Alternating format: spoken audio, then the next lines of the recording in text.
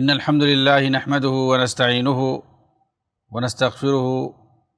ونعوذ بالله من شرور أنفسنا ومن سيئات أعمالنا، من يهده الله فلا مضل له ومن يضلله فلا هادي له، وأشهد أن لا إله إلا الله وحده لا شريك له، وأشهد أن محمدا عبده ورسوله. أما بعد، قال الله تعالى في كلامه المجيد: أعوذ بالله من الشيطان الرجيم، بسم الله الرحمن الرحيم. وَلَقَدْ بَعَثْنَا فِي كُلِّ أُمَّةٍ رَسُولًا أَنِ اعْبُدُوا اللَّهَ وَاجْتَنِبُوا الطَّاغُوتَ. وقال النبي صلى الله عليه وسلم: من قال لا إله إلا الله وكفر بما يعبد من دون الله فقد حرم ماله ودمه وحسابه على اللہ تعالی. محترم ناظرین کرام اور دیگر سامعین، آپ کی خدمت میں علامہ سلیمان رحیلی حفظہ اللہ کی کتاب الافادہ والاعلام بشرح نواقض الاسلام لے کر حاضر ہوا ہوں، جس کے اندر آپ نے شیخ محمد بن عبد الوہاب رحمہ اللہ کی کتاب نواقض الاسلام کی شرح کی ہے۔ نواقض اسلام جس کا مطلب یہ ہوتا ہے کہ ایک انسان جو کہ مسلمان ہے، جو کلمہ توحید کے ذریعے سے اسلام میں داخل ہوا ہے، اب اس کا یہ توحید اور دین اسلام کیسے ختم ہو جائے گا؟ بہت سارے سرفرے قسم کے لوگ پیدا ہوئے جنہوں نے گناہ کبیرہ کی بنیاد پر اور اپنی طرف سے من گھڑت اصولوں کی بنیاد پر مسلمانوں کی تکفیر کرنا شروع کر دی۔ چنانچہ بہت سارے علماء نے سلف صالحین میں سے اس بات پر کتابیں لکھی کہ وہ کون سے امور ہیں جن کے ارتکاب سے ایک شخص اسلام لانے کے بعد وہ اس سے نکل جاتا ہے۔ چنانچہ جس کے بارے میں یہ معلوم ہو یقین کے ساتھ کہ وہ مسلمان ہے، اب اسلام سے نکلنے کے لیے ضروری ہے کہ اس کے لیے یقین ہو۔ یقین کے ساتھ ہی اسے دائرہ اسلام سے خارج کیا جا سکتا ہے۔ شکوک و شبہات کی بنیاد پر، معصیت اور گناہ کبیرہ کی بنیاد پر بغیر حجت قائم کیے ہوئے کسی کو اختیار نہیں ہے کہ وہ کسی کو دائرہ اسلام سے خارج کر دے۔ اس کے کچھ اصول ہیں، اس کے کچھ ضوابط ہیں جس کی بنیاد پر کسی پر یہ حکم لگایا جا سکتا ہے۔ شیخ محمد بن عبد الوہاب رحمہ اللہ نے جس زمانے میں دعوت کا کام شروع کیا، دنیا جانتی ہے کہ اس وقت عالم عرب کا بلکہ پوری دنیا کا دینی اعتبار سے کس طرح بدترین صورت اور بدترین حالت تھی۔ شرک اور بدعت، مزار پرستی ہر طرف عام تھی، کھلے عام لوگ شرک کا ارتکاب کرتے تھے۔ لوگوں کے اندر توحید کی دعوت کو عام کرنے کے لیے جب آپ کھڑے ہوئے اور آپ نے نجد کے علاقے میں یہ کام شروع کیا، تو یہاں حجاز پر حرمین کے اندر جہاں پر تقلیدی بدعتیوں کا قبضہ تھا، ان لوگوں نے آپ پر یہ الزام لگایا کہ آپ جو ہے مسلمانوں کی تکفیر کرتے ہیں۔ قتل و غارت گری اور فساد کا الزام لگایا گیا، مسلمانوں کی تکفیر کرنے کا الزام لگایا گیا، اور اس طرح سے بہت سارے الزام آپ پر لگائے گئے، آپ کی دعوت پر لگائے گئے۔ اور یہ سلسلہ کوئی نیا نہیں ہے، نبی اکرم صلی اللہ علیہ وسلم کے زمانے ہی سے اس طرح کے الزامات چلے آ رہے ہیں۔ جو بھی خواہ وہ نبی ہو یا غیر نبی ہو، جو بھی توحید کی دعوت لے کر کے آتا ہے، لوگوں کو بت پرستی، شرک، بدعات اور خرافات سے منع کرتا ہے، صرف اور صرف اللہ واحد کی عبادت اور اطاعت کا حکم دیتا ہے، لوگوں کو توحید کی طرف آنے کی دعوت دیتا ہے، من گھڑت کہانیوں اور توہم پرستیوں کو چھوڑ کر کے صرف اور صرف کتاب و سنت کی طرف لانے کی بات کرتا ہے، تو اس کے اوپر بہت سارے الزامات لگائے جاتے ہیں، تہمتیں لگائی جاتی ہیں۔ وہی معاملہ بالکل شیخ محمد بن عبد الوہاب رحمہ اللہ کے ساتھ ہوا۔ چنانچہ آپ نے جہاں پر بہت سارے اقدامات کیے، وہیں پر اپنے الزامات کا جواب دینے کے لیے، اپنے اوپر لگائے گئے تہمتوں کا جواب دینے کے لیے آپ نے چھوٹی چھوٹی پمفلٹ اور کتابوں کو بھی لکھنا شروع کیا، جس کے اندر آپ نے ہر شعبے میں، ہر میدان میں اپنے موقف کو واضح کیا، اپنے عقیدے کو واضح کیا کہ ہم کوئی نئی بات لوگوں کو نہیں بتا رہے، یا ہم کوئی نیا پیغام لے کر کے نہیں آئے ہیں، کتاب و سنت ہی کی ہم تبلیغ کر رہے ہیں۔ صحابہ کرام کے زمانے میں جس طریقے سے اسلام تھا، تابعین اور تبع تابعین کے زمانے میں، سلف صالحین کے زمانے میں، ائمہ اور محدثین کے زمانے میں جس طریقے سے اسلام کی شکل تھی کہ وہ لوگ کس طریقے سے کتاب و سنت پر عمل کرتے تھے، صحابہ کے فہم کی روشنی میں، صحابہ کے منہج کی روشنی میں وہ جس طریقے سے اسلام پر عمل کرتے تھے، ہم اسی طریقے کو پیش کرنا چاہتے ہیں لوگوں کے سامنے، اور کوئی دوسرا طریقہ نہیں ہے۔ آپ نے اس رسالے کے اندر لوگوں کی اسی تہمت کا جواب دیا ہے نواقض اسلام لکھ کر کے کہ یہ کتاب و سنت کی روشنی میں، واضح نصوص کی روشنی میں، دلائل کی روشنی میں، حجت و بیان کی روشنی میں چند صورتیں ہیں جن کے ارتکاب سے ایک مسلمان دائرہ اسلام سے خارج ہو جاتا ہے، اور یہ ہمارا نہیں، یہ قرآن اور حدیث کا فیصلہ ہے۔ اس کے علاوہ میرا اپنی طرف سے کوئی موقف نہیں ہے، بلکہ بہت ساری ایسی صورتیں، ایسی وجوہات، بلکہ معمولی گناہ کی بنیاد پر لوگ جو تکفیر کرتے ہیں اس کا بھی آپ نے رد کیا، جیسے کہ خوارج اور معتزلہ وغیرہ۔ چنانچہ میں چاہتا ہوں کہ اس کتاب کے اوپر روشنی ڈالنے اور اس کی شرح جو اس وقت کے موجودہ زمانے کے دور حاضر کی جو ایک سلفی عالم شیخ سلیمان بن سلیم اللہ الرحیلی حفظہ اللہ، جو مسجد قباء کے امام ہے، مسجد نبوی کے اندر مدرس ہیں، اور علماء اور طلباء کے درمیان بہت ہی معروف شخصیت ہیں۔ آپ کی بہت ساری کتابیں ہیں، دروس اور محاضرات ہیں، ہمیشہ علماء اور طلباء آپ کے ارد گرد گھیرا کیے رہتے ہیں، لوگ آپ سے استفادہ کرتے ہیں۔ آپ نے نواقض اسلام کی جو شرح کی ہے الافادہ والاعلام کے نام سے، انشاءاللہ اسی کتاب کی روشنی میں آپ کے سامنے نواقض اسلام کے تعلق سے اپنی باتیں رکھیں گے، لیکن اس سے پہلے ہم چاہتے ہیں کہ شیخ محمد بن عبد الوہاب رحمہ اللہ، جو اپنے زمانے کے ایک مجدد تھے، اپنے زمانے کے ایک بہت بڑے عالم دین تھے، ایک بہت بڑے ریفارمر اور مصلح تھے، جن کے تجدیدی کوششوں اور دعوتی مساعی کی بنیاد پر، ان کی تحریک کی بنیاد پر کس طریقے سے جزیرۃ العرب جو پہلے شرک اور بدعت سے پٹا ہوا تھا، شرک کی وادیوں میں جو گرا ہوا تھا، اس کو کس طریقے سے آپ نے صحیح راستے پر لگایا، اور لوگ کس طریقے سے شرک اور بدعت کی خائیوں سے نکل کر کے توحید کی واضح شاہراہ پر لگ گئے، اور آپ کی دعوت کا نتیجہ ہے کہ آج تک جزیرۃ العرب میں کہیں بھی آپ کو شرک و بدعت کا کوئی اڈا نہیں نظر آئے گا۔ وہاں پر خالص مساجد آپ پائیں گے جہاں پر واضح طور پر قرآن اور حدیث کی تعلیم ہوتی ہے، کتاب و سنت کا درس ہوتا ہے، توحید کی باتیں ہوتی ہیں،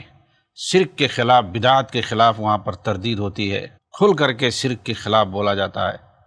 بچہ بچہ وہاں کا شرک سے متنفر ہوتا ہے۔ اور یہ یقین رکھیں کہ اللہ کے یہاں سب سے بڑا گناہ اور خطرناک اور سنگین گناہ کہ جس سے سب سے زیادہ نفرت اللہ تعالیٰ کو ہے، وہ شرک۔ تمام گناہوں کو اللہ تعالیٰ معاف کر سکتا ہے، لیکن شرک کو معاف نہیں کر سکتا۔ ان اللہ لا یغفر ان یشرک بہ ویغفر ما دون ذلک لمن یشاء۔ شرک کو کبھی نہیں اللہ معاف کرے گا، اس کے علاوہ کوئی بھی گناہ وہ معاف کر دے گا۔ ایک جگہ تو اللہ نے فرمایا ان اللہ یغفر الذنوب جمیعا، اللہ تمام گناہوں کو معاف کر دے گا۔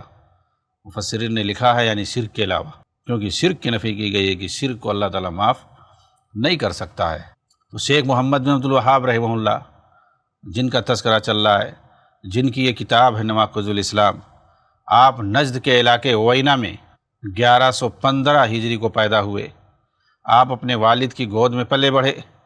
آپ کے والد قاضی شہر تھے۔ آپ نے 10 سال سے قبل ہی قرآن پاک کو حفظ کر لیا تھا۔ 12 سال کی عمر میں جب آپ بالغ ہوئے تو آپ کے والد نے دیکھا کہ آپ امامت کرانے کے اہل ہو چکے ہیں۔ 12 سال کی عمر میں آپ امام بننے کے لائق ہو چکے ہیں، تو آپ کو ایک مسجد کا امام بنا دیا گیا،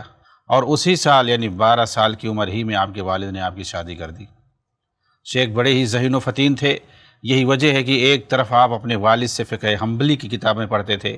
اور دوسری طرف آپ شیخ الاسلام ابن تیمیہ رحمہ اللہ اور آپ کے شاگرد علامہ ابن القیم رحمہ اللہ کی کتابیں بھی مطالعہ کرتے رہتے تھے۔ پھر آپ نے حصول علم کے لیے باہر جانے کا ارادہ کیا۔ جس طریقے سے یہ طریقہ رہا ہے، آپ دیکھیں گے محدثین کرام کا، ائمہ اعظام کا، بڑے بڑے محققین علماء کا، کہ وہ علم حاصل کرنے کے لیے دور دراز کا سفر کرتے ہیں، اور علماء کے سامنے جا کر کے ذانو تلمذ طے کرتے ہیں، ان کی خدمت میں رہ کر کے علوم و فنون سیکھتے ہیں، دینی علوم حاصل کرتے ہیں، قرآن اور حدیث کو لکھتے ہیں، اسے پڑھتے ہیں، اسے سیکھتے ہیں، یاد کرتے ہیں۔ یہ ہے طریقہ علم حاصل کرنے کا۔ پھر اس کے بعد واپس آ کر کے اپنے علاقے میں، اپنے گاؤں میں، اپنے شہر میں مسند علم کو سنبھالتے ہیں، اور اپنے گاؤں کے اندر، اپنے شہر اور بستی کے اندر، اپنے علاقے کے اندر وہ دین کے تبلیغ کرتے ہیں۔ یہ اصل طریقہ ہے، یہی صحیح طریقہ ہے قرآن اور حدیث کے مطابق کہ کیسے علم حاصل کیا جائے اور کیسے علم کو عام کیا جائے۔ چنانچہ کہتے ہیں کہ آپ نے حصول علم کے لیے باہر جانے کا ارادہ کیا، کیونکہ آپ جس ماحول میں رہتے تھے نجد کے علاقے میں، وہاں طرح طرح کی جہالت پھیلی ہوئی تھی۔ لوگ درختوں، جنوں اور قبروں تک کی پرستش کرتے تھے، بلکہ عام لوگ بالکل اسی طرح سے زندگی گزار رہے تھے جیسے لوگ دور جاہلیت میں تھے۔ حالانکہ علماء موجود تھے جسے آپ دیکھ کر بہت برا محسوس کرتے تھے، لیکن چھوٹا ہونے کی وجہ سے کسی سے کچھ نہیں کہتے تھے۔ بہرحال آپ طلب علم کی خاطر نکلنے کا ارادہ کیا۔ سب سے پہلے آپ مکہ مکرمہ حج کے لیے گئے، پھر مدینہ آئے اور وہاں طلب علم کے لیے رک گئے۔ اللہ کے فضل سے جہاں آپ کی ملاقات اہل حدیث عالم شیخ عبداللہ بن ابراہیم بن سیف آل سیف سے ہوئی، جو اصلاً نجد ہی کے تھے اور مدینہ میں جا کر سکونت پذیر ہو گئے تھے۔ مسجد نبوی میں نمایاں مدرسین میں آپ شمار ہوتے تھے۔ آپ نے شیخ کے اندر جب علمی تڑپ اور ذہانت دیکھی تو دیگر نمایاں مدرسین کے پاس بھی لے گئے، جیسے کہ شیخ محمد حیات سندھی رحمہ اللہ، شیخ عجولی رحمہ اللہ اور شیخ احسائی رحمہ اللہ وغیرہ۔ آپ ابھی نوجوان تھے۔ سب سے پہلے آپ نے علم حدیث پر ترکیز کیا، چنانچہ آپ نے کتب ستہ کی پڑھائی کی، اسی طرح مسند شافعی وغیرہ بھی پڑھ لی۔ وہاں رہ کر جب آپ دیکھتے کہ لوگ جاہلانہ طریقے سے کس طرح سے قبر نبوی پر آ کر سلام کرتے ہیں، تو اس تعلق سے اکثر مشائخ سے آپ سوال کرتے تو اسے جاہلی امور کہہ کر ٹال دیا کرتے تھے۔ ایک بار آپ نے دیکھا کہ کچھ لوگ قبر نبوی کو چوم رہے ہیں اور چمٹ رہے ہیں اس سے، تو آپ نے شیخ محمد حیات سندھی رحمہ اللہ کے پاس آ کر کہا کہ شیخ یہ سب کچھ کیا ہو رہا ہے؟ تو شیخ نے کہا بلکہ یہ آیت پڑھی قرآن کی، ان ہؤلاء متبر ما هم فیہ وباطل ما كانوا یعملون، یہ لوگ جس کام میں پڑے ہوئے ہیں وہ برباد ہونے والا اور باطل ہے جو کچھ وہ کرتے چلے آ رہے ہیں۔ یعنی آپ نے ایک آیت کے ذریعے اشارہ کرنا چاہا کہ یقیناً یہ جو جاہلانہ کام کر رہے ہیں یہ بالکل غلط ہے، باطل ہے، شرعی اعتبار سے درست نہیں ہے، ان کا یہ عمل برباد ہے۔ شیخ نے اس طرح ایک آیت پڑھ کر آپ کو خاموش کر دیا۔ بہرحال آپ یہ سمجھ گئے کہ یہ سارے کام مشائخ کے یہاں بھی صحیح نہیں ہے، درست نہیں ہے، یہ بھی انہیں برا سمجھتے ہیں، لیکن انہیں منع کرنے پر کوئی قادر نہیں ہے۔ اس طرح آپ یہاں پر ایک مدت تک رہ کر بہت سارے مشائخ سے تعلیم حاصل کی اور سند اجازہ لے کر آپ واپس چلے گئے۔ پھر آپ نے سنا کہ بصرہ میں شیخ مجموعی نام کے ایک بہت بڑے عالم رہتے ہیں جو علم نحو اور حدیث میں معروف ہیں۔ چنانچہ آپ نے بصرہ کا سفر کیا اور شیخ سے ملاقات ہوئی، جہاں آپ نے علوم عربیہ اور علوم حدیث کی تعلیم حاصل کی۔ وہیں پر شیخ نے محسوس کیا کہ اب دعوت و اصلاح کا کام ہونا چاہیے۔ یعنی بصرہ کے اندر آپ نے یہ محسوس کیا کہ اب دعوت و اصلاح کا کام ہونا چاہیے، گرچہ ابھی کبار علماء کی صف میں آپ نہیں پہنچے تھے، بلکہ ابھی آپ طالب علم ہی تھے۔ سو آپ نے اپنے بعض ساتھیوں اور اساتذہ سے اپنی خواہش کا اظہار کیا اور قبر پرستی پر نکیر کرنے کے تعلق سے آپ نے مشائخ کے پاس خطوط لکھے، یہاں تک کہ آپ بصرہ میں معروف ہو گئے، حتیٰ کہ آپ کے استاد شیخ مجموعی بھی آپ سے بڑے متاثر ہوئے، کیونکہ آپ سے بڑی محبت کرتے تھے۔ اور اکثر ایسا ہوتا ہے کہ اگر شاگرد پڑھائی میں تیز اور محنتی ہوتا ہے تو استاد بھی اس سے متاثر ہو جاتا ہے، جیسا کہ امام شافعی کے بارے میں آتا ہے کہ آپ نے ایک بار اپنے شاگرد امام احمد سے کہا کہ آپ مجھ سے علم حدیث میں زیادہ ماہر ہیں، اگر اس تعلق سے کوئی حدیث اور علم حاصل ہو تو مجھے بھی خبر کر دیا کرے۔ یہ استاد ہیں شیخ امام شافعی رحمہ اللہ، جو اپنے شاگرد امام احمد سے کہہ رہے ہیں کہ آپ علم حدیث میں مجھ سے بڑے ہیں، حدیث کے بارے میں کوئی علم ہو تو مجھے بھی بتا دیا کریں۔ اسی طرح شیخ مجموعی رحمہ اللہ بھی شیخ محمد بن عبد الوہاب رحمہ اللہ سے متاثر ہو گئے تھے۔ حالانکہ شیخ محمد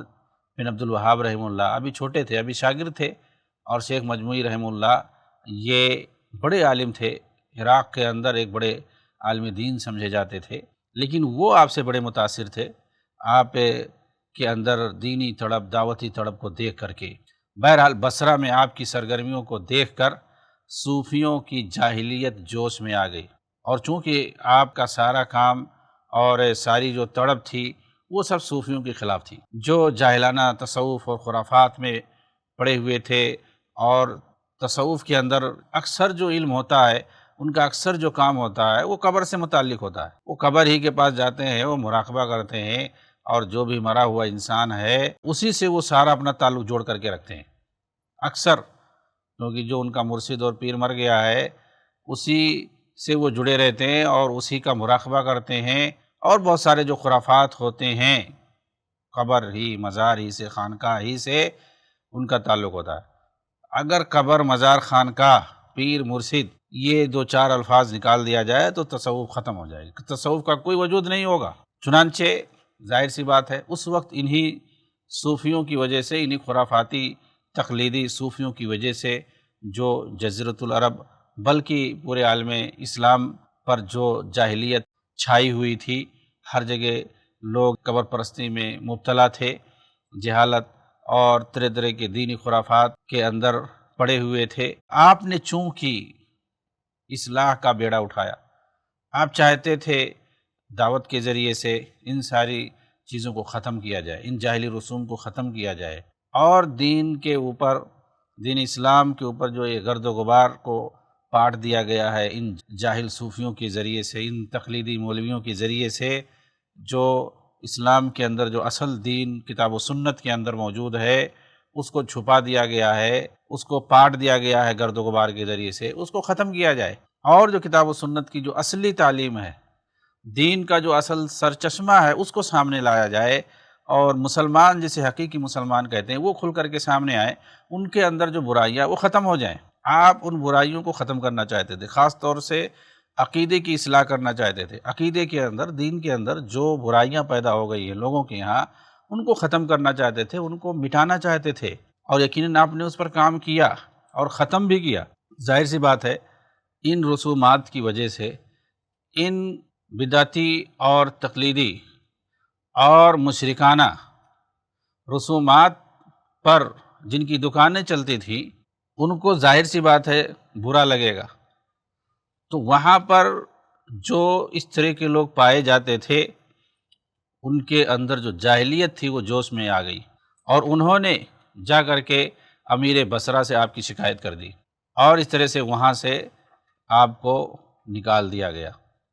چنانچہ وہاں سے آپ پیدل نکلنے پر مجبور ہو گئے، راستے میں بڑی تکلیفوں کا سامنا ہوا، قریب تھا کہ آپ پیاس کی وجہ سے فوت ہو جائیں گے،